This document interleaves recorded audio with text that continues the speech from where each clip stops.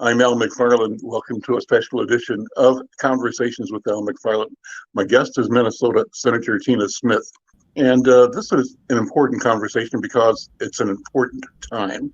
Our country, the world, our community, all focused on the commemoration of the 1 year observance of the death of George Floyd. But in and of itself, that's one thing, but it means so much more. It's attached to and impacts so much more in our community, our personal lives, our civic life. And I'm glad to have Tina Smith here, Senator Smith, talk about what it means to her and what it means to our country from the vantage point that she looks at things from. As a leader in the U.S. government, in the Senate, and as a representative of the people of Minnesota in our government. Senator Smith, first of all, thank you so much for your service. Thank you for being here. Once again, we enjoy any opportunity to connect with you and just for your insight and your vision. Good morning. Well, good morning, and it's so great to be with you, Al. I always enjoy our conversations, and so I'm so glad we can be together at this, at least virtually, at this moment where I think we are looking backwards and also looking forwards.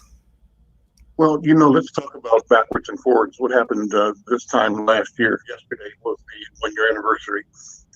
Let's go back and talk about how you came to know what was unfolding. How did the incident itself reach you, your eyes, your ears, and your spirit? Well, I recall first hearing that there had been an officer-involved death.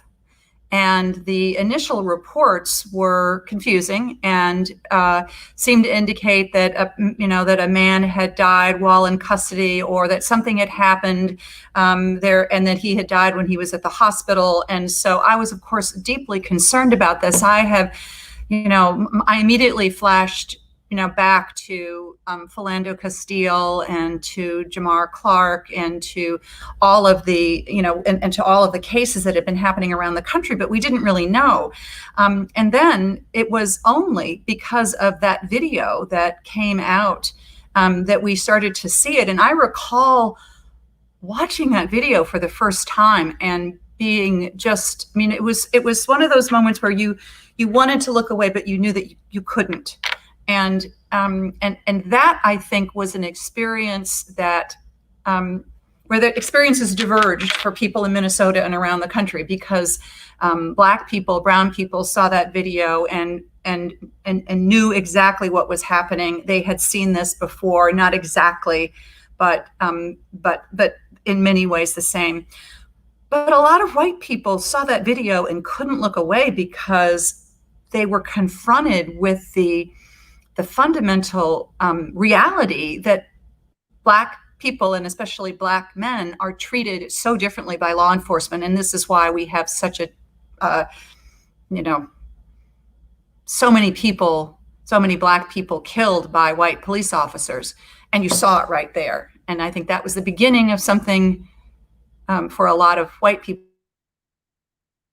The beginning of it. Understood this better, but still, I think it was the beginning of a shift in attitudes that can be powerful. So you and your colleague, Senator Amy Klobuchar, pushed in 2020 to get the U.S. Justice Department to open a pattern and practices investigation into the Minneapolis Police Department. That was rejected by the Barr administration. He was the Attorney General at the time. But in April of 2021, Attorney General Garland announced that they would move forward with the Civil Rights Division investigation. Talk about that, if you would. What's the difference? Yeah, well, it's interesting because one of the first people that I called was Vanita Gupta, who was in the Conference for Civil Rights and is now, of course, in the Justice Department, which is a wonderful sense that a wonderful change that we're experiencing. And Vanita talked to me about the power of these pattern and practice investigations because they can get at the systems that are in place in police departments, like the Minneapolis Police Department, that result in such disparate outcomes result in the reality that for so many people in Minneapolis, Black people in Minneapolis, people of color, there's this feeling of being under protected and over policed. To have the Justice Department come in with this pattern and practice investigation is very important. I want to also note that the Department of Human Rights in Minnesota has also opened up a broad-ranging investigation, and I think it's important that the federal investigation dovetails with that, and so that we're expanding what we are doing and what we're exploring. And I hope the solutions that we come up with, because this should not be just a research report. This needs to result in significant change in the department. And that's what I'm going to be focused on. You've indicated strong support for the George Floyd Justice in Policing Act. Talk about that. And we know the impetus, but I want to hear it from you. What your feelings are, what your hopes and expectations are, and what do you think it means for the justice system in our country?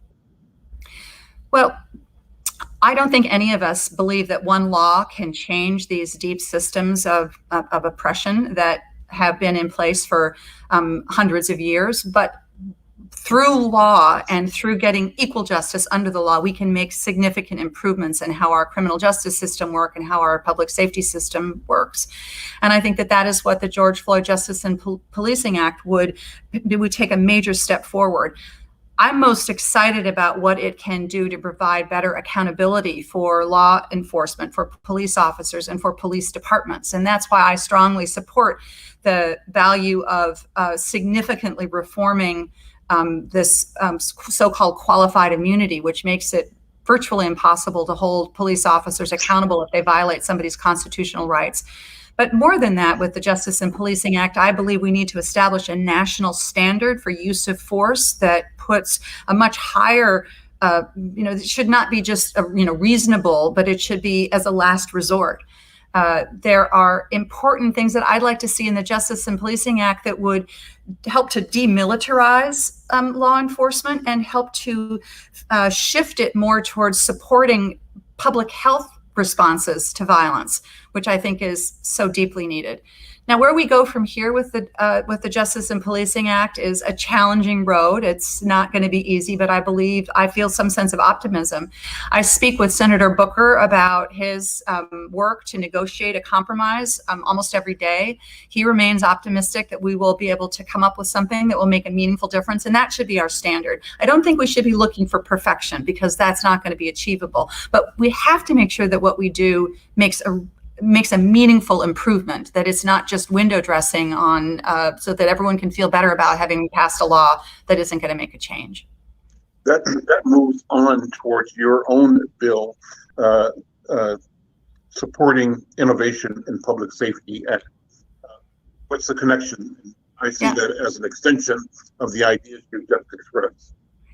Well, my idea was coming out of last summer is, well, first to acknowledge that law enforcement is fundamentally a local issue. It's managed by local police departments and local mayors and city councils, and sometimes, of course, counties. And so what you want to do, in my mind, is to support innovation that is really moving us towards a more equitable model for policing and for public safety. There are great steps that are being taken in cities across the country, but often those ideas are starved for resources. So instead of the federal government only supporting adding more police officers or adding equipment that I think tends to militarize the police, let's have the federal government support these kinds of innovations. Like, let's reform local departments that are looking at ways of reforming how traffic stops are handled, or doing more de-escalation around mental health challenges. And that's what my bill would support.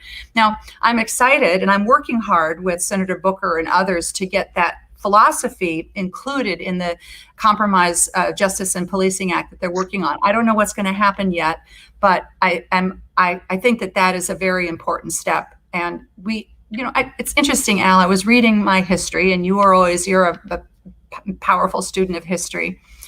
This militarization of police departments, I mean, it has a, ancient history, but it took a big step forward in the 1960s in the face of the civil unrest that we saw in the 1960s. And it was Johnson's idea to basically send military equipment to law enforcement that were doing, so-called riot control.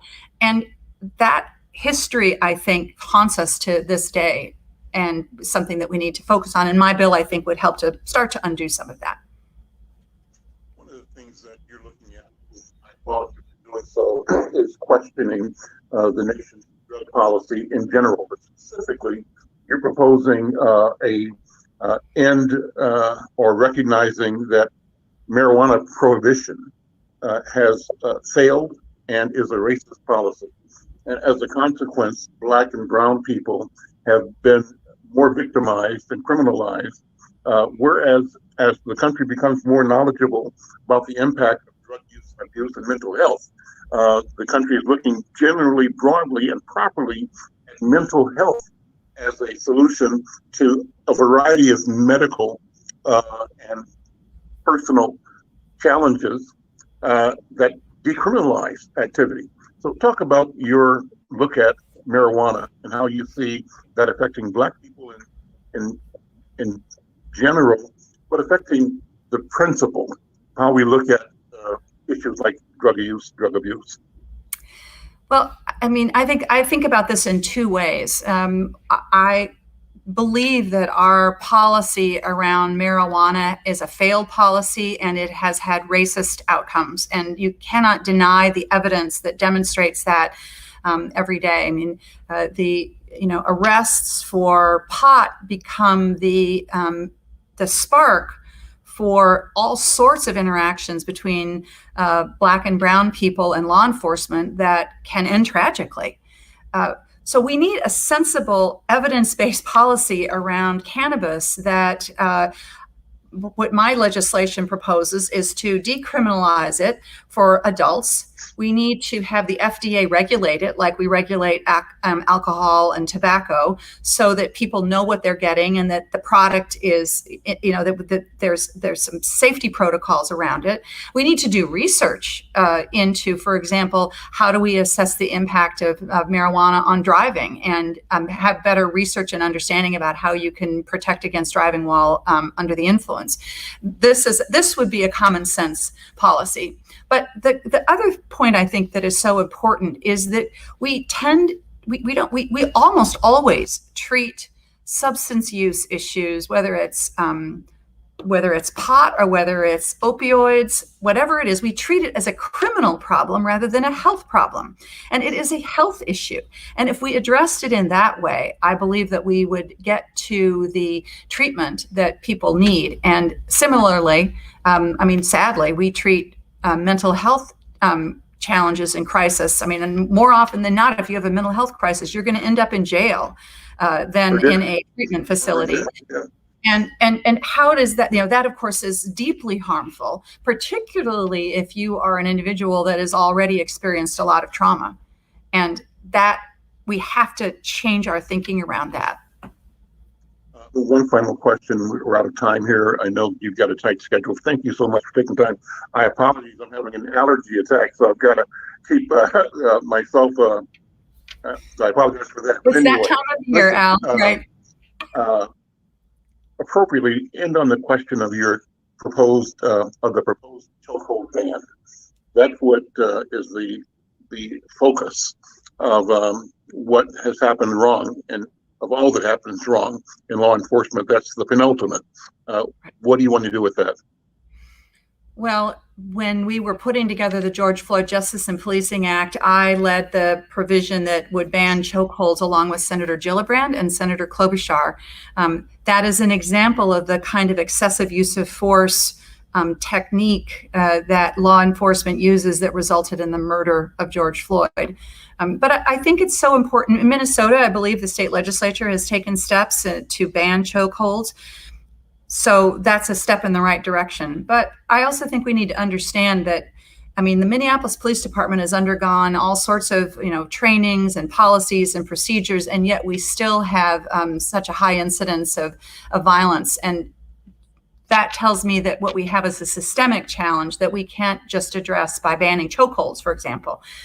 We have to really get at the policies and the procedures and the culture that that results in the kind of racist outcomes that we see. And I just also want to say I worked closely with the Minneapolis Police Department back when I worked in City Hall, and I see that there are police officers, many excellent police officers that I had the opportunity to work with, that are also trapped in this system that doesn't hold officers accountable, that ends up treating Black and brown communities like they are the places that you go to look for criminals rather than the place that you want to be to provide safety for people in their homes. And that's the system we have to change. Senator, I want to thank you so much. I want to acknowledge that I saw you on television at the June 4th, 2020 funeral of George Floyd. And I saw you in April of this year attending the Dante Wright funeral. I think your presence is significant, it's important, and it's meaningful. And it means that this is more than just a discussion, that there's action, and you're putting your personal self in the picture in a way that it should be. I thank you for that. I want to remind our listeners and viewers that throughout 2020 and 2021, you have held dozens of meetings with community, business, government, and faith leaders on issues around racial justice and policing. Senator, thank you so very much, and carry on. Okay, thank you. I will, and I will talk with you soon, and good luck with your allergies. Boy, yeah, thank you so much. Take care. Bye-bye. Bye. I'm Al McFarlane. This is Conversations with Al McFarlane. We'll be back again at 1 o'clock today for a regular roundtable with our group of lawyers talking about issues of the day. Our thanks to Senator Smith, and we'll see you momentarily. Take care.